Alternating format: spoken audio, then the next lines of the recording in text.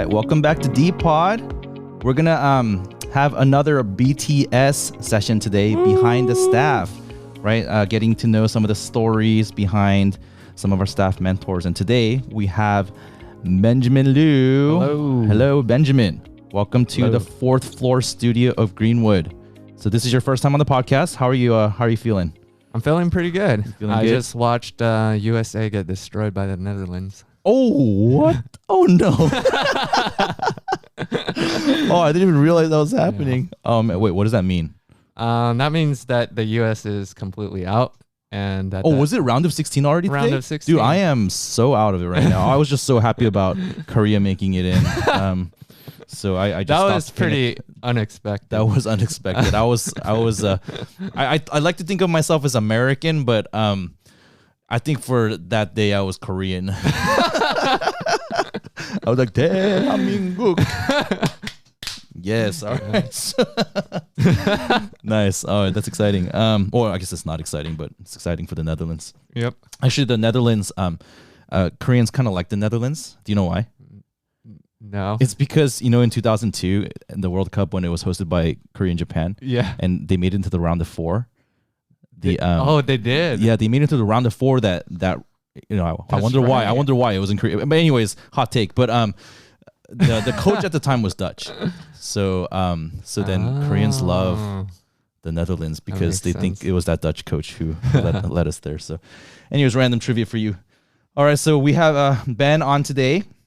So Ben is one of our staff mentors right now. He and his wife Amy are serving in our Illinois Tech Ministry. That's right. Trying to reach students there. And I've known Ben for a while. Long time. Yes. Long time. So when was that? I guess I knew of you since you were an undergrad, and our connection is that our sisters, so your twin sisters and my younger sister, were roommates in college. They were good college friends at UC San Diego. It was really weird. I knew DP as my sister's roommate's brother. Yeah, yeah, that's exactly how I knew you too. Ben was my sister's roommate's brother. And then it was in 2016, summer of 2016, when I moved over from Acts 2 Fellowship in Berkeley to Koinonia Fellowship, and that's when you joined on as a staff in my group, right? Yep. So that's how we first personally got to know each other, and since then it's been a journey. We had a few years together there. Then you came out here to Chicago first in 2018 to plant with your friends. Yeah. And then I joined you guys in 2019 to help lead up the church here. So long journey. And so today we want to kind of talk about your background and maybe kind of the topic I wanted to maybe focus on was your experience of staff life. How did you decide to do that and things like that? But hey, before we get there, why don't you just tell us a little bit about what's your spiritual background growing up, and I guess leading up to college, kind of what kind of spiritual background did you grow up with? Yeah. So I grew up going to church. Both my parents are Christian. And I think I had a pretty fond memory of church as a child, but as I started growing up, and in middle school and high school, I think I pretty much knew the basics of the gospel, and I could even recite it, but it just didn't feel very relevant to me.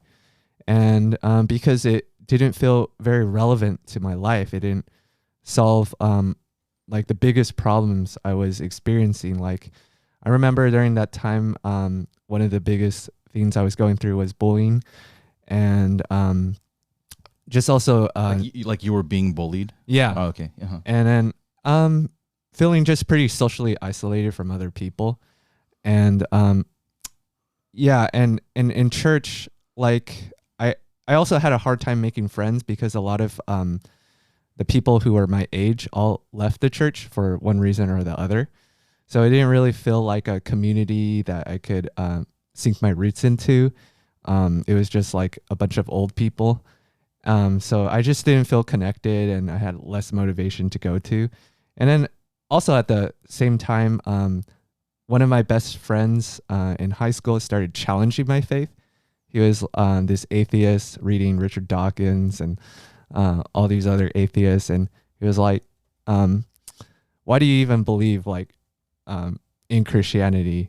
And he started like saying like, oh, I was Christian, but I discovered these different arguments, and now I see that like there's not a lot of evidence in Christianity. And I was like, what? And I that was the first time I actually started like having doubts about my faith, and started looking into it. And I just wasn't sure. I felt like if God wasn't there, life would be really meaningless. And I felt that. I felt like life without God, it would be utterly depressing. There would be like no meaning at all. But yeah, I just didn't really put much effort into it. I felt like one way or the other, it didn't really matter to my life that much as getting into a good college. So that was kind of like how I was coming into college. I kind of put God on the side for a bit, just to focus on trying to get into a good school, and didn't really have a clear knowledge of what was true.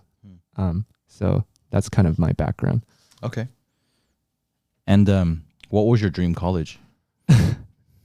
It was not Berkeley. It was the other school across from the Bay, Stanford. Boo! That's so funny because Nicholas said the same thing too. It's funny because if you go to the website stanfordrejects.com, it redirects you to Berkeley website. Wait, is that still the case? I don't know. I haven't checked. It's been a while. Oh my gosh, yeah. That's funny. It's funny how like all these people who went to Berkeley are like, actually, I wanted to go to Stanford. Yeah. But so you went to Berkeley. But thank God I went to Berkeley, because that's where I got saved. That's where I found Grace Point. And all those guys. Yeah, amen. But hey, we did start a Stanford ministry this That's true. That's year, true. Stanford students also need the gospel. Yeah, they do. All right. So what changed for you? So you came to college. So you're kind of had all these questions, but like, okay, you didn't pursue it. You were more focused on school. So you got into UC Berkeley. It wasn't your dream school, but it's still a pretty good school. And so, you got there, like, did something change, or kind of what was your journey to actually then becoming a Christian, or kind of making that your own? Yeah. So basically for the first semester, I kind of poured myself into, basically trying to get good grades, trying to impress other people. And, I was doing pretty well for like half of the semester, but after that, I just kind of felt really empty. I started to realize like, wait, this doesn't really feel that satisfying, even after getting a really good grade in physics or whatever it was. And I just started to feel kind of lonely. And it just so happened that during that time, there was this guy, Chris. He was in my introductory CS class, and he was a junior at the time.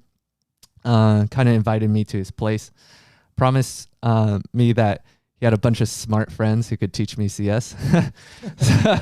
So I went to his place, but I didn't get the tutoring that much, but I really loved him and his friends because they were so kind to me, and basically, just treated me well, invited me to their place, and we just hanged out, ate dinners, we like do planks together and try to outcompete each other. Just normal college guy stuff. Just to verify, that's planks, right? Planks, like planks. You were like planking. Yeah, like your ab workout. Yeah. Okay, and see if you can beat each other. And right. a little. Did you beat Chris? No, Chris is a beast. Buff. Yeah, he's a beast. He completely destroyed everyone else. I'll let him know that you said that. So, he's super buff. Yeah.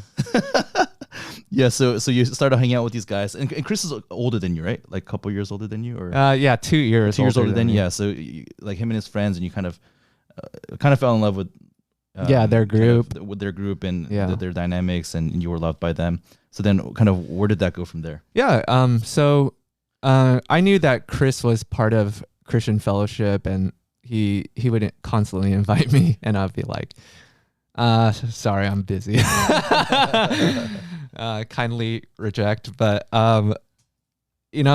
as I was like feeling lonely and all this stuff, I think Chris constantly had like different conversations with me, just asking about my background, trying to understand where I was at, and trying to like encourage me, like, hey, this is important, that you should check this out. And I think that because of our friendship and how he really genuinely cared for me, that slowly opened my heart to what he was saying, because like I really respected him, because of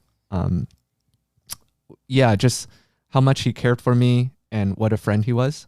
And I was like, I want to at least take a chance to know what you believe in. And basically the first thing I came to was the winter retreat, my freshman year. And that was a crazy experience. I heard the prodigal son parable, and it wasn't the first time I've heard that parable before, but it felt like I was hearing it for the first time. And I just saw myself in the prodigal son's shoes. I knew I was in the pigsty. I knew that I was running away from God, and that I was just unhappy. I was away from the Father's house. I felt purposeless and meaningless, and I didn't know where to go. And the only possible place for me to go back was back to God, back to the Father's house. Yeah. So that experience of hearing a Bible story that you've heard before, like maybe growing up in church. So Luke chapter 15, prodigal son, but then realizing, wait, I feel like I've never heard this before, or at least not in the way that I'm hearing it now, right? And I think that's a common experience that many of us have as we kind of try to take our faith seriously for the first time. And I would say that's the Holy Spirit working in us, right, to convict us of the truth of the truth of the Word of God, as well as are convicting us of our sin and kind of how we relate with that passage, right? So so you had that experience at that retreat. And so when would you say like you became a follower, like you decided to follow Jesus? Like I'm going to follow Jesus. I'm going to be a Christian. Like, when did that decision happen for you, and how did that happen? Well, interestingly, it wasn't during that winter retreat. It was actually 2 years later in my junior year. And what I really wanted during that freshman year was something like that God would transform me into a good person, that like I make this decision and boom, like I would suddenly become like a holy person, living a good life. And I had some like dark stuff that I was dealing with that I was pretty ashamed about, and hoped that by making that decision, I could start living a good life. So I made what I thought was a decision, and I was disappointed a week later when I started like returning to my old habits and realizing again that, man, I don't have like control over myself. So, but I think, so I kind of lived like this compartmentalized life for 2 years, where I started at least coming to church after that retreat.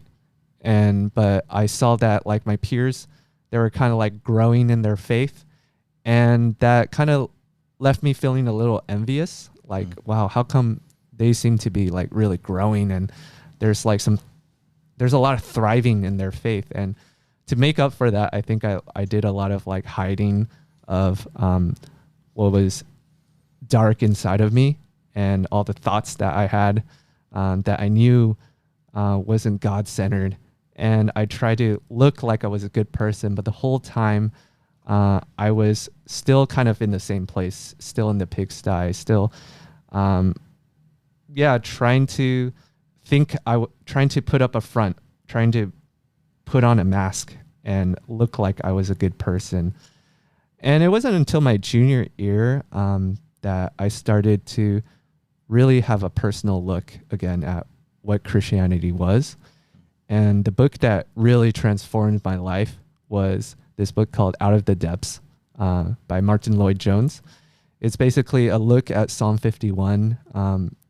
It's a repentance psalm based on David's affair with Bathsheba. It's written by David after he falls in this tremendous way, and he's just totally repentant before God. He's known he's totally messed up, and he's really asking God for mercy. And that was the first time I saw, like, man, Christianity is really not about being a good person. It's really us as sinners recognizing our sinfulness and crying out before God. God, please help me.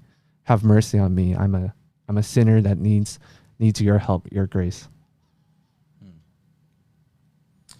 And then, so was it like a retreat, or like when was it that you made that decision? Actually, it was just after reading that book, or? So it was when I started like coming to the light about a lot of my struggles with some of my mentors, and taking that step of actually confessing that to them. That was so scary. That's so scary. That's so scary. But then after confessing it, I was like, oh wow, that wasn't that bad. And they like showed me a lot of grace. They pointed me towards this book that they said, like, hey, I think this will really help you understand God more and help you with kind of like through the repentance process. And it really did. It really changed my view of God. And I think through that, like before, I think the cross was just like this abstract thing that I just recited as part of the gospel message. But after reading that book, I was like, wow, this is amazing news. This is the best news ever, because I realized that I'm a sinner that did not deserve this.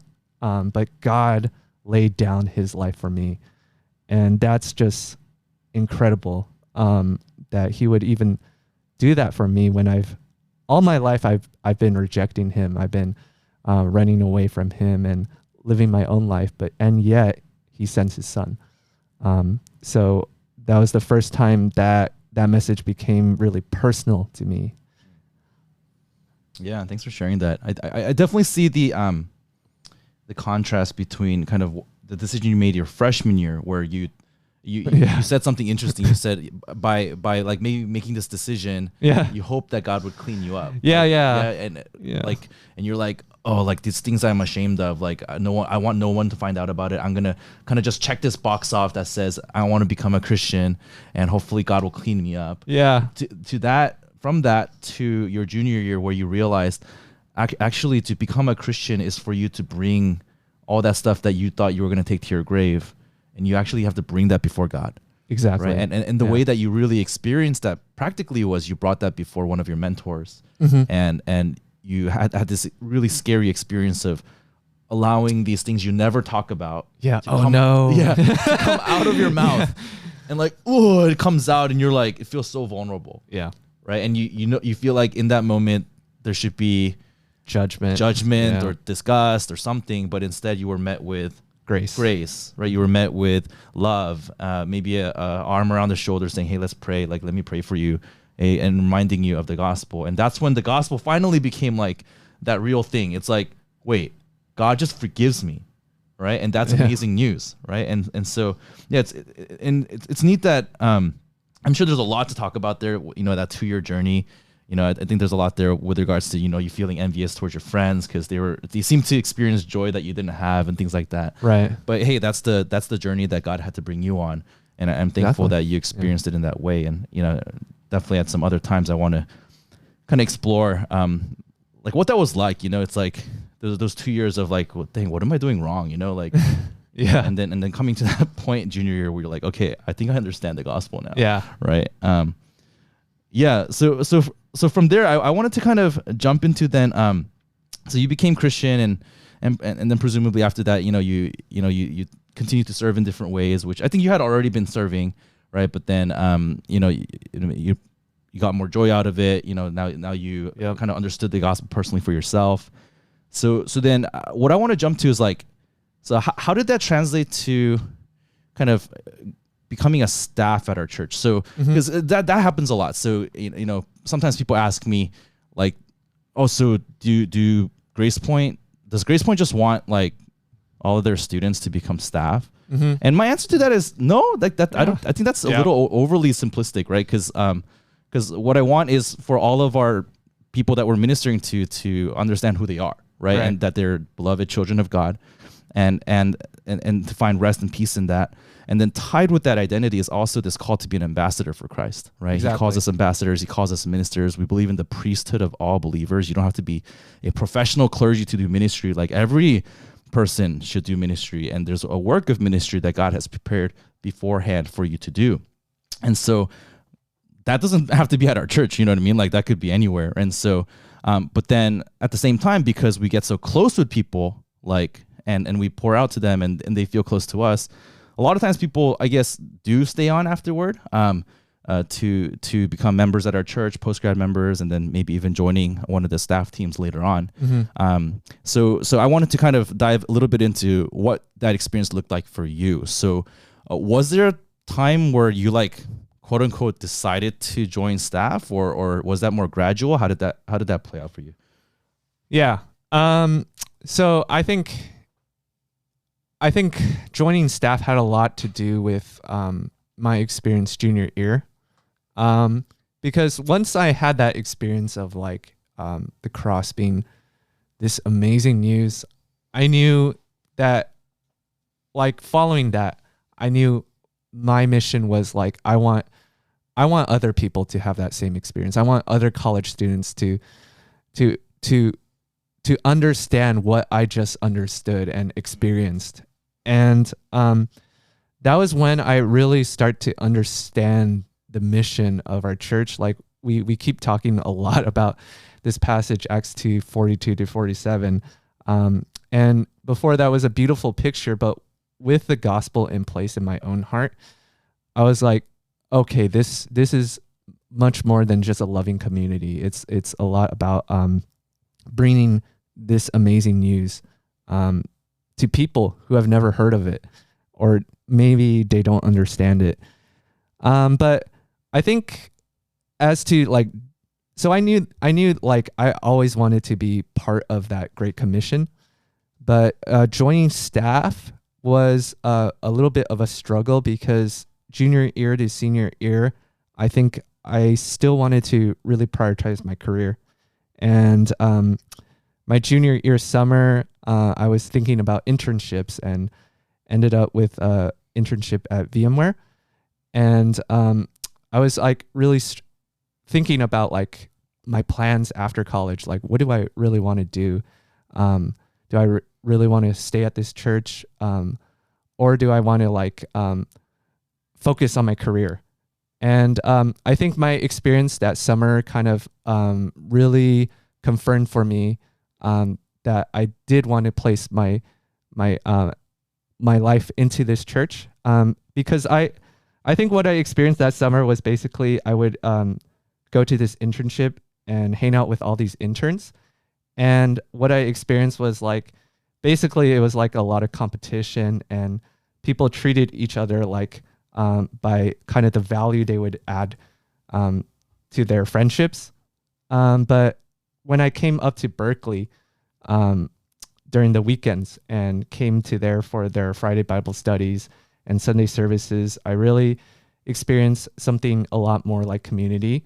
Like people there were not about what value they could add to other people.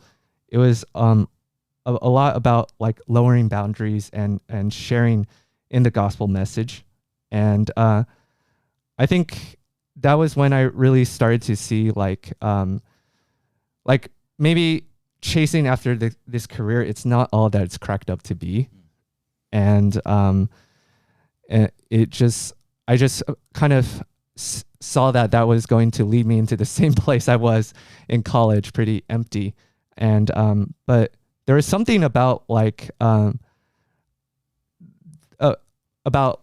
life at church that really started to cause me to really experience this community. And I think at the same time, my senior year, or like the summer later on in my senior year, I also got to serve in different capacities.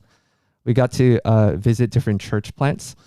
And during that time, I got to see like the camaraderie of really being able to serve, really being able to think beyond yourself and to give it all for God. And when I got to do that as a peer class, that was when I really started to see, man, this is something that I could be doing for the rest of my life. This is really something that's really exciting. And which church plants did you guys visit? We visited Santa Barbara. Okay. And we met different students there as well as the staff, and got to basically host like a Sunday service and do a lot of the outreach there. And that was just a fun experience, getting to bond with my own peers, but also with like the Santa Barbara church, which I had never met to that point. Okay. Yeah. And so these kind of formative experiences made you maybe like kind of almost a disillusionment about the prior dreams that you had, kind of made you think, okay, well, I think I want to do this. I want to try this ministry thing. Right? Yeah. I want to try it out. And now I think, at least from my experience and from hearing different stories, I think there's a distinction between people like wanting to try it out, right? Like, so you come on, you know, after you graduate, you decide to join as I think at the time maybe we called it intern, or I forget what we called it, but you join as a college ministry staff, or you join as a youth ministry staff, and sort of you kind of get used to that rhythm, right? And then I think there's a point at which, like, because you kind of start out and you're like, oh, maybe I'll try it out, right? And then I think after maybe a few years or kind of some experiences, people get to a point, I think, where they feel like, man, this is actually like what my life is about. Like it's more than just something I do on the side. Right. It's like, this is my life. This is my primary calling in life. Yeah. Right. And of course I have to work and do all the other stuff. But man, this is what I love, and I love serving Jesus in this way. Yeah. What were some things that kind of, I don't know, how did that progression happen for you that way, or kind of what was your experience of the first few years out of college as you joined on staff? Yeah. First few years of college, I think that's where I really started not just seeing this is something that I have to do, but something that I love doing. But it didn't start out that way. I think the first few years of college was really tough for me. First few years out of college, right? Yeah, first few years out of college, serving at our church, it was pretty tough. And it was because, I don't know, I had an idealistic picture of ministry. I thought that I would see a lot of results or people coming my way that I could share the gospel with, but it wasn't like that. I think that a lot of the times that people weren't responsive to the things I was saying. And I had the privilege of reaching out to the class of 2019, and that included people like Nicholas, Bia, and Jeanette. But I remember like reaching out to a lot of non-Christians. And at the time, I think I was doing like 7 or 8 course 101s. Well, like one-on-ones? One-on-ones. Oh, so you're like meeting with 7 or 8 different people on like a weekly basis? Not on a weekly basis, but throughout like the two or 3 years. Oh, I see. Got it. Okay. I like that makes sense. Completed like, or did 7 through 8 to 8. Yeah, that's like pretty crazy though, right? Because like for each person, you're meeting with them like 7 or 8 weeks, right? Explaining the whole gospel to them. Yeah, and my experience of it was that the people I was doing these courses with, I didn't feel like they were that responsive at the time. But I remember, actually it was you praying with me, DP, and we would just pray for all these people that I was doing these courses with, and I didn't expect much from those prayer times, but slowly, actually, God did something really amazing, and over 2 to 3 years, a lot of them started turning around and becoming Christian and making salvation decisions. And these are people like First, it was Lucas Lamb and Lucas, who's serving in our Berkeley church currently. right, and then Arisi, Yeah, Reese, he's also in Sean. the Berkeley church. I guess all those guys are still in Berkeley. Yeah, and recently we also heard a story about another guy I did course with called Leo, and he didn't make his decision until several years after he graduated. So you just never know what's happening, and maybe in the long link, chain link that leads to their salvation, maybe you're like the first link, and you feel like nothing's gonna happen, but you just sow the first seed, and it just takes a few more years. You don't see it, but in a few years, there's someone else that's gonna keep sharing the gospel with them, and they're going to be ready for it because you sowed that first seed. Yeah, it reminds me of Galatians 6:9, right? And let us not grow weary of doing good, for in due season we will reap if we do not give up, right? And so I think what Paul's saying there is just keep doing whatever, the good thing that's in front of you, just keep doing it. Right. Sometimes we want the reward right now, right? But often we don't get it right now. Like we're just doing the good thing because it's a good thing to do, right? And the good thing in this case is preaching the gospel, loving students, and just sharing our lives with them. So so then these guys, do you remember who the first person you led to kind of led to salvation was? Do you remember who that was? Or I think the first person I led to salvation was actually my friend Patrick. Oh, okay. Yeah. Can you tell us about that? And it was funny because I wasn't even Christian during that time. Oh, but I met him at a college writing class, and we were going to eat lunch, and I was praying to God before lunch. Like I was trying to practice that and be brave about that, because that was kind of like not a normal thing to do. And because I did that, he started like asking me like, "Hey, were you just praying?" And I was like, "Yes." And he followed like, "Are you Christian?" "Yes." "Oh, because I just hate Christians." No way. And then later on, it turns out that he had a really bad view of Christianity, because a lot of the Christians, because he grew up in a military camp in Japan, and a lot of the Christians there basically told him like, "Oh, because you're atheist, you're gonna burn in hell." And they treated him poorly. Oh man, because of that. And I did this really embarrassing thing that he shared at your wedding, at my wedding, which is I pinky promised him, "Hey Patrick, no matter where you stand, I'll still be your friend." And I made that pinky promise before him, and I said like, even though you're atheist, I'll still be your friend.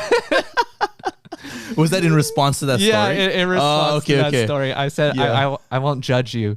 Even though I'm Christian, I'll still be your friend. And did he pinky promise you And that? he pinky promised me.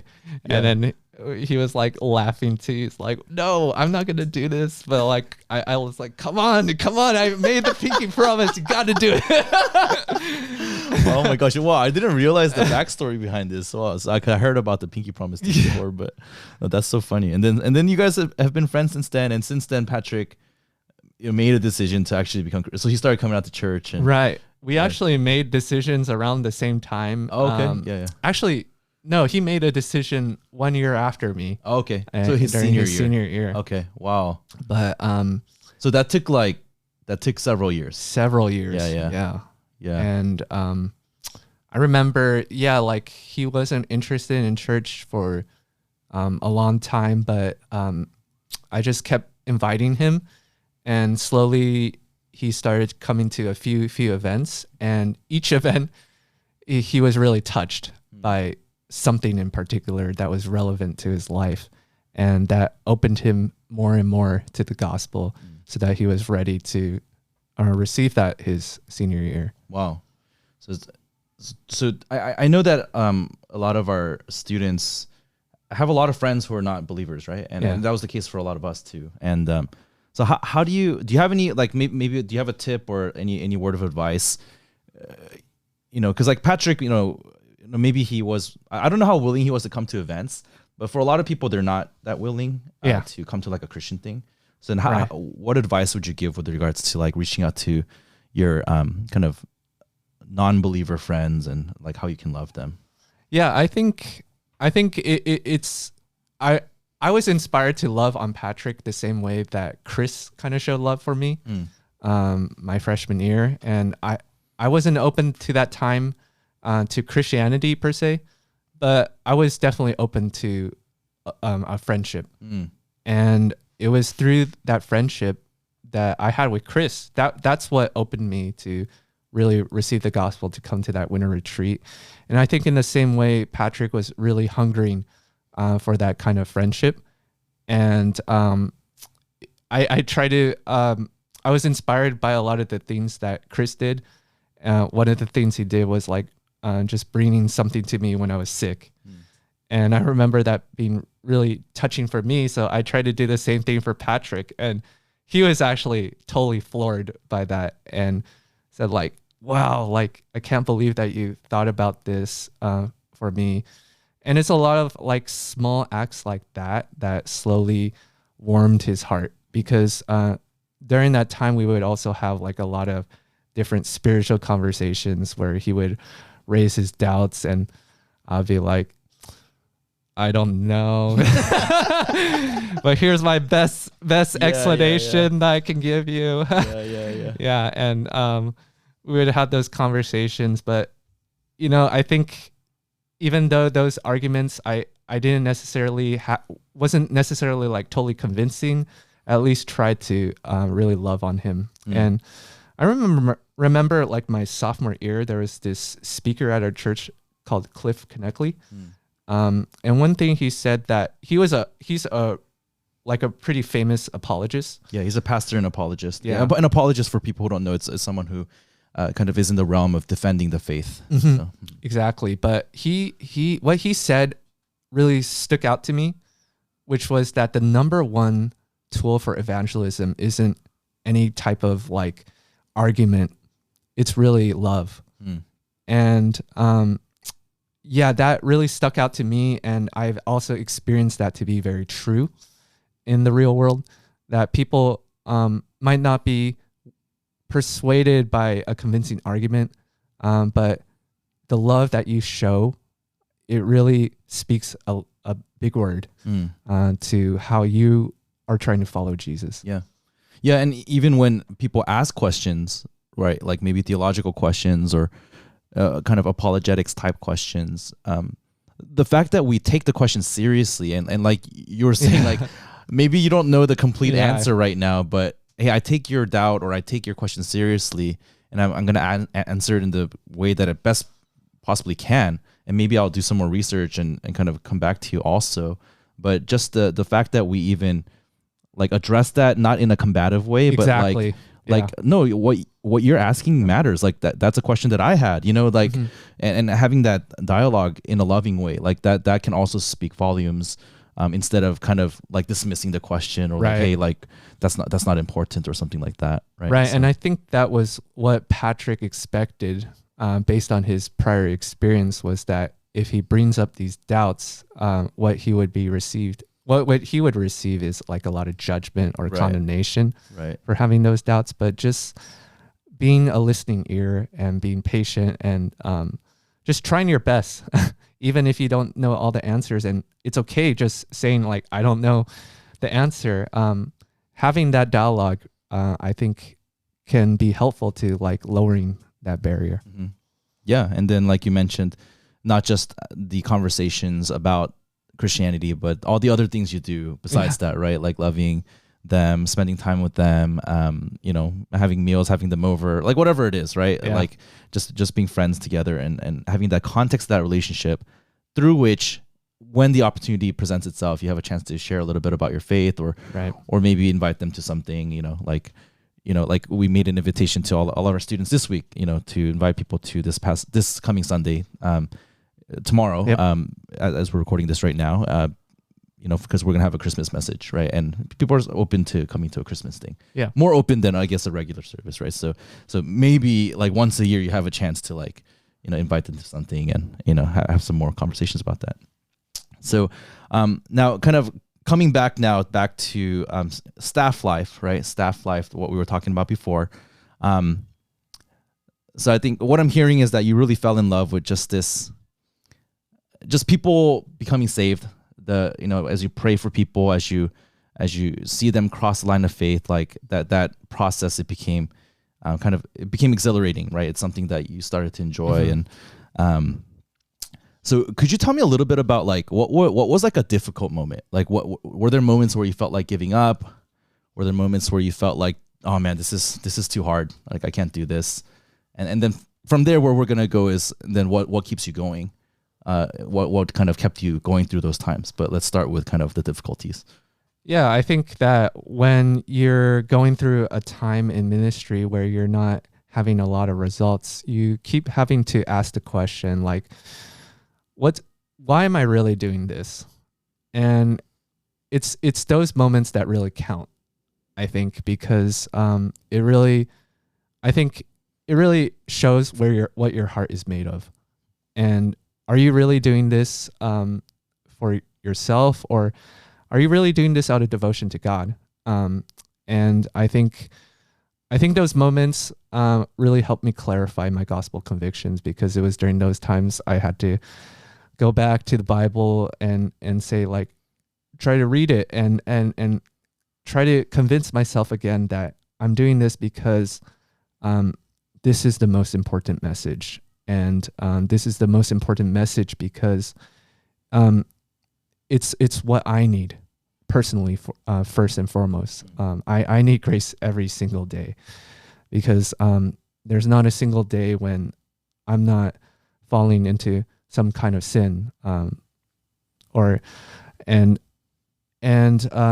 I see that I'm the one that needs mercy, and I'm the one that needs grace still, that powers me to move forward, because I know that God has given me that grace.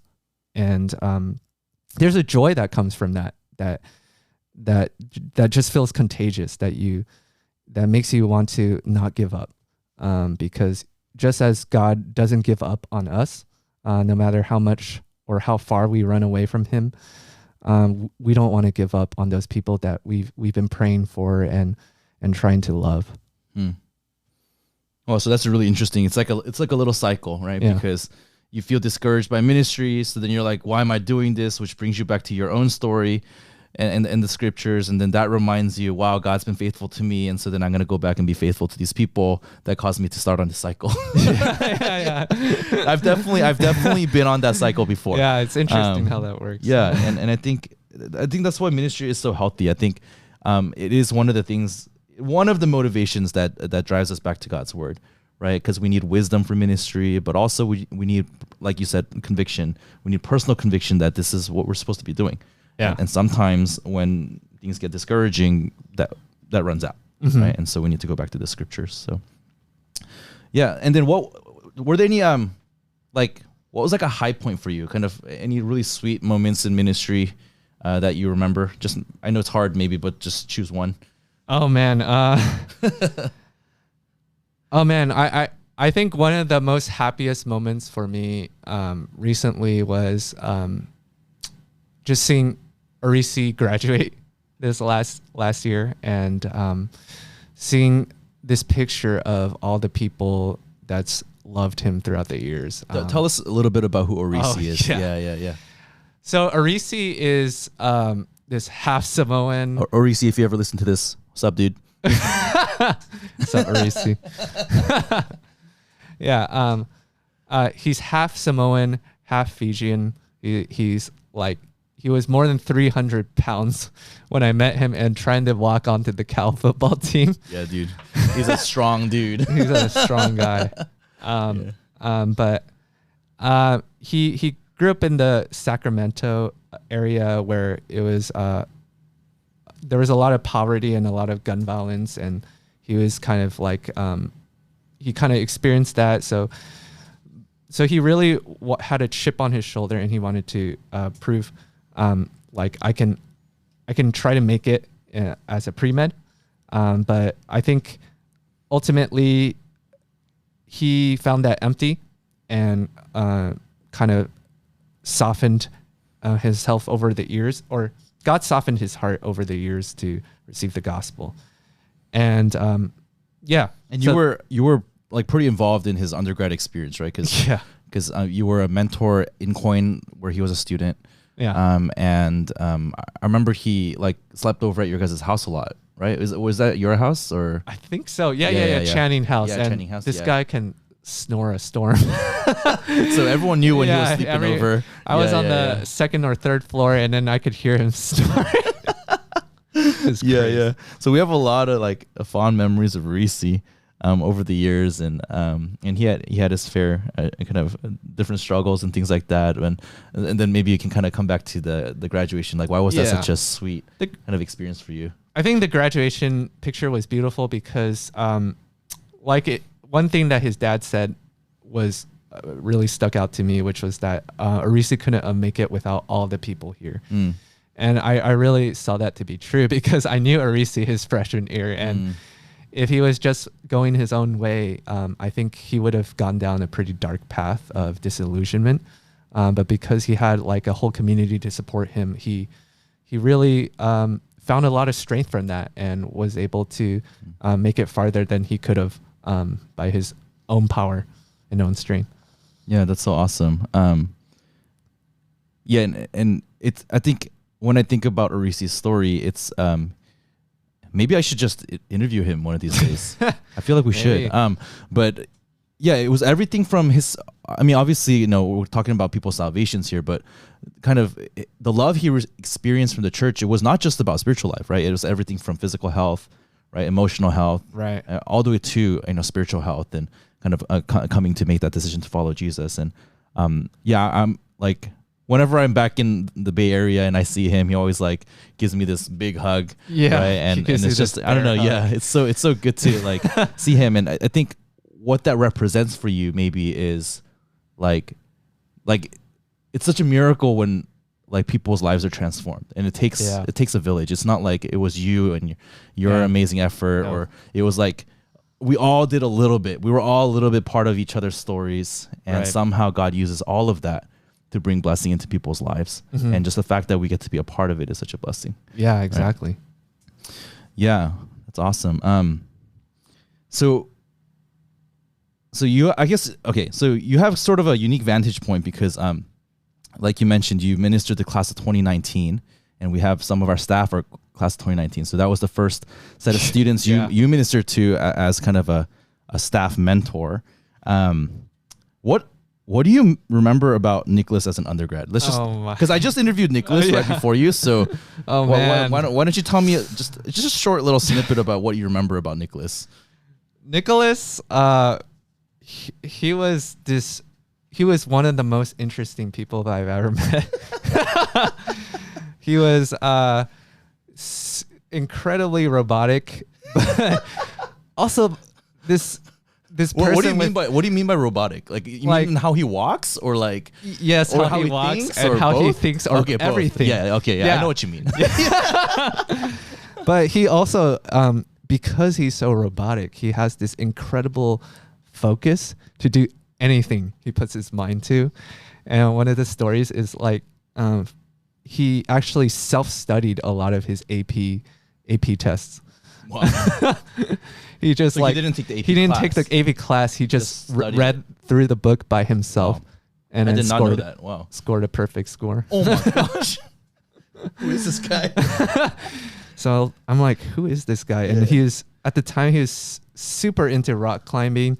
And then he would come to every meal, bringing a bunch of food prepped meals. Like he wouldn't eat the stuff like we there's cooked. free food. There's free at food, the event. but because he wanted to optimize his nutrition. Yeah, this is in his rock climbing phase. Yes, he would eat lentils. I remember lentils. Yeah, yes. He would bring lentils, and he would eat that when there was like, I don't know, orange chicken or something.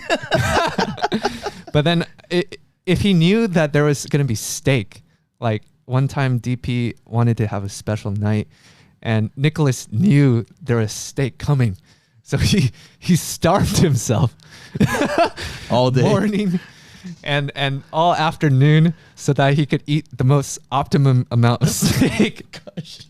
And this guy eats a lot. That's funny.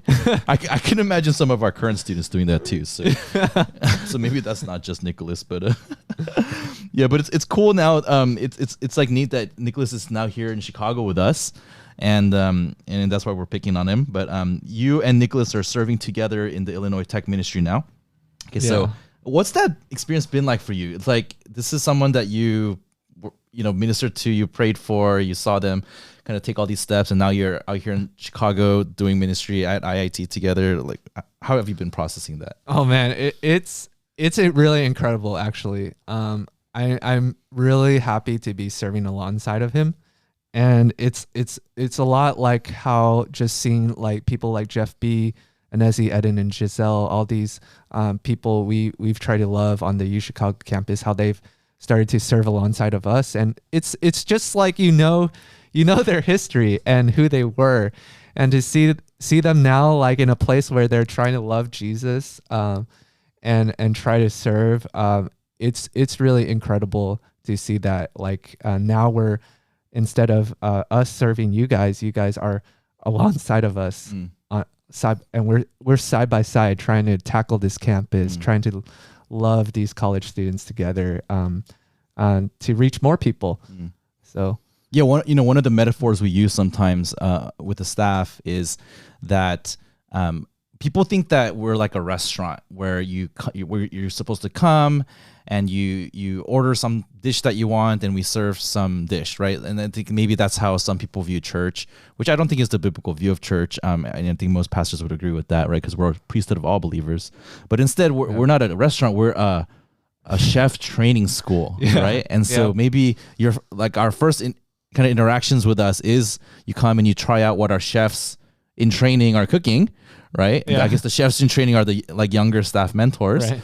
And then as you kind of fall in love with the food, and then we invite you into the kitchen, right? And that's the next step, and you start by maybe washing some dishes, and then you learn how to like chop the tomatoes, and then you like later know how to like cook, and then you become a chef, right? Like and so it's sort of like our heart and our kind of what makes us excited is the vision of transforming people into ministers of the gospel, because we believe that that's what God has called all of us to do. Yeah. And so I think maybe with Nicholas, that's a little bit of what you're experiencing. Right. Yeah. So let's end with this, okay? So I've been asking you a bunch of questions about your story. So now I'm gonna give a chance to kind of reverse that, and we're here in the studio, you have the chance to just ask me whatever is on your mind right now. So any questions you want to ask me before we close? All right. Well, so take us back to 2019. You're called to lead this Chicago church plant. All right, I'm transporting myself back. What were you thinking? And what were you expecting as opposed and now that you're here now, how has that experience been? Yeah. Dude, 2019, because so that's when I went full time, and then it was, so how I found out about going to Chicago was actually during we were actually in the middle of Vision. It was the very first Vision we ever held. It's like this giant, like 2 week, was it 2 weeks? Yeah, it was a 2 week experience. 2 weeks. People like from all over the nation flew into Alameda, and it was like 1 week of training and then 1 week of like practicals. Like we would go onto a campus and do a mission trip, and it was this really intense and really fun experience. Right in the middle of it, some of the full-time couples, like got asked to come to a meeting to talk about some of the future plans. And that's when they told us, hey, like we're wondering if deep in Canada, if you guys could go to Chicago, because the bros there, you and your friends who were going, you had come a year earlier to plant. You had actually even brought some students to Vision, because so there was something happening there, right. There was a church being birthed, right? And there's a need for a full-time kind of a pastoral lead to go, a pastor to come and lead that church. And so anyways, I heard that, and I was like, I mean, I talked about this in one of the episodes already, but I was like, first of all, I was like, I didn't even know where Chicago was completely. But I think how I felt was I felt really, it's like this dual feeling of being so thankful for the entrustment and yet feeling like so scared because I'm like, dude, I don't know if I'm ready for this right now. Like, and then these 2015 guys like Ben Liu, like, like Stephen Sun, Agape, like Noah Kang. Oh my gosh. Like, and then actually a lot of them I didn't really know personally. Right. So like, I mean, I knew you, but then a lot of the other 2015 guys I didn't really know personally, even though I had interacted with them before because a lot of them were from the Berkeley church. So I just didn't know what that was going to be like, and then I had this impression of the 2015 guys, you and your friends, where I felt like you guys were just a bunch of like independent dudes and you didn't want a leader, and which I think is actually true, but it's kind of true. Yeah, I mean, that's why you guys came out here without a leader, and I was like, I don't know if I want to step into that. That feels like a difficult situation to step into, and like I'd rather just go with people who want a leader. And so I'm just kind of sharing like those are my initial thoughts, right? Yeah. But then I realized, man, but I mean, it's been a year. They're asking for a leader to kind of help organize things, and I realized, well, there's no reason for me to not do this. Like I think in this way, the way that it shakes out, like God's calling me to this position, and so that's how I decided to process it, and we came. And I mean, yeah, man, there were like ups and downs, but overall, I'm so thankful for the relationships that I've gotten to build with you guys and all the other staff, the sister staff as well, and just getting to know all the students, people who are, it's always crazy to me. I love that journey that we have where there's a bunch of strangers and then like time passes and then your family, right? That experience to me is such a treasured part of what it means to be a part of a church. And I think in some ways we get to experience it every year with Fall Outreach. We meet a bunch of new students. They're complete strangers to us. By the end of the year, it's like you're inviting them into your family. And we always hope that the students will kind of join us in that and join as a part of the church family. And so I definitely got to experience that with you and the other staff here. And so for that, I don't know, I'm just really grateful. I'm thankful for how God has led me in that way. Yeah, that's what comes to mind for that. Yeah, that's really sweet to hear. I really liked what you said about how like these strangers, they really become like family over time. And I think relationships is what really fuels the church or powers the church that we know. Thanks. All right. So I don't know if we have time for another maybe just one more. Yeah, time for one. All right. So you and me, we both know videography. Yes, but videos. How did you get into videography, and what are some of your favorite creatives? How did I get into videography? So I was actually a photographer first. So I started taking a lot of pictures. I had one of those like point and shoot cameras, those old school ones back in high school. Okay. And I took a lot of pictures. And part of the reason that I give is because I actually have really bad memory. But when I take pictures of things and I edit those photos and I kind of archive them and I look back at them, it helps me to remember things. Yeah. So it's one of the ways in which I chronicle and journal my life. And so that was a big part of why I did photography early on. And then in college, I was actually dorming in my summer before my sophomore year. I was doing summer school, and there were all these Korean exchange students who were on my floor. And so I was like talking with them in Korean all the time. I actually like tutored them in English. It was really fun. Wow. And I brought them to church and reached out to them and things like that. But the key, the connecting element there is that one of those guys had a DSLR, right? A digital single lens reflex camera. And this was early on when DSLRs were being developed. So he had like the Canon EOS Rebel. I think you just showed your age there. Oh yeah, Rebel XTI. XTI, dude. This is like old school stuff. I mean, so I played with this camera and I was like, dude, this thing's amazing. This takes such awesome pictures. I need to get myself one of those, right? So then like, I would like always tutor during the summers and like make some money to spend during the year. So I basically blew all my earnings from the summer on buying my first camera. And so that's how I got into photography, and I just loved it. I didn't think of myself as an artistic or creative person, but then that was one format in which I really was able to exercise my creativity. And how video started was in my junior year. some of the mentors, they knew that I did photography and I really enjoyed it, but there was a need for someone to get trained up in making more videos. And so then the opportunity that they created for me was creating weekly announcement videos for our fellowship at the time. So, you know, every Friday, like we would show announcement video that told the, you know, the group what was happening that week, what things to sign up for and things like that. And so I was put in charge of that. And so me and my friends just in our apartment, like we'd like do silly stuff and we just record. And that's how I started video. And since then I've just, you know, taking on more and more projects because and every time I work on a project, I try to learn something new. I try to watch some tutorials. I try to expand my knowledge out. And so I think, you know, so I've been doing that since 2005. So it's been what year are we in now? 17 years, right? Yeah. 2000. Sorry, no, 2005, 2009. Oh, okay. Yeah, 2009. Yes, 2009. 13. Yeah, so 13 years. So over 13 years, I've learned some things over the years. So that is how I started. I don't have a favorite creative, so to speak.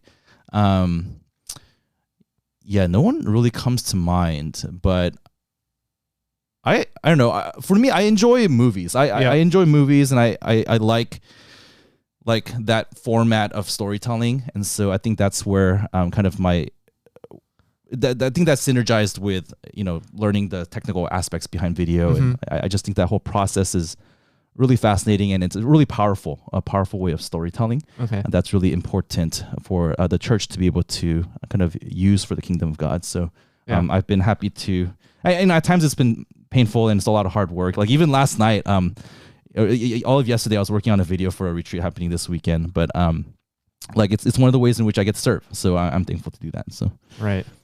Yeah, I like what you said, and how like the needs of the church kind of caused you to like pick up this new skill. And I think that's how a lot of us have also picked a lot of our different like hobbies and skills too. Yeah, that's true. It's just like, oh, hey, it's like, can someone learn this? Like, oh yeah, I'll learn it, you know, and then like you start out like really sucking at it, and then like after like 5 years, you're like an expert, right? Like, so that is how a lot of us grew, I think. So. Yeah. All right. Well, thanks, Ben, for those questions. And we're going to wrap up here now. But so before we wrap up, I've been giving people a chance to just share any last thoughts from kind of what we've talked about today. Any like last thoughts or word of advice that you want to give to our listeners? Oh, man. Last thoughts. Yeah, I think I liked what DP said about like church being more like a chef training school. And I think for me, I think really my vision for the church is not just that we're like a bunch of high producing we're a high producing service with a bunch of consumers, but I really hope that you guys in the church can also just really catch on to that vision and one day become people who want to share the gospel. What you have is like the most amazing news, and I hope you guys can come to recognize that, and just know that that's something that can't just stay with you, that has to go out to the world. So I'll just end with that thought. Nice. All right. Well, thank you, Ben. So that brings us to the end of today's episode of BTS Behind the Staff. So outro music. Yeah. So as usual, if you have any suggestions or questions that you want answered or topics you want covered, fill out the form, bit.ly/dpod-ama. It's also in the show notes. All right, that's it. Thanks, guys. Bye-bye.